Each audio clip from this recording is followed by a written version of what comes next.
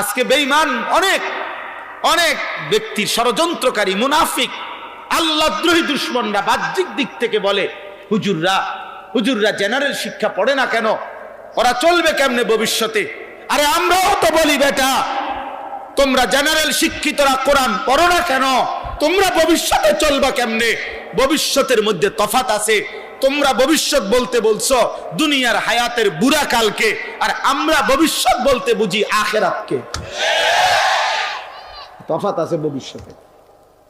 আমরাও তো ভাবি তোমরা ভবিষ্যতে চলবা কেমনে, হাসরের ময়দানে চলবা কেমনে? বুঝো নাই বাপ? আমরাও তো ভাবি তোমাদের জন্য। জেনারেল পড়ালেখা তো আমরাও পড়ছি। আমি কুমিল্লা ভিক্টোরিয়া কলেজ থেকে মাস্টার্স পাস করছি। সায়েন্স বিজ্ঞান বিভাগ থেকে এসএসসিতে দাখিলে 1998 সনে সারা বাংলাদেশে ফার্স্ট স্ট্যান্ড করছি, 1 নাম্বার। সারা বাংলাদেশে ফার্স্ট হয়েছি আলহামদুলিল্লাহ। সার্টিফিকেট দেখতে চাইলে খবর লইয়ে আমার কাছে যাই দেখাম, অথবা হোয়াটসঅ্যাপ নাম্বার দিয়ে পাঠাম, ছবি পাঠাম, সার্টিফিকেটের ছবি, পাস করছি যে।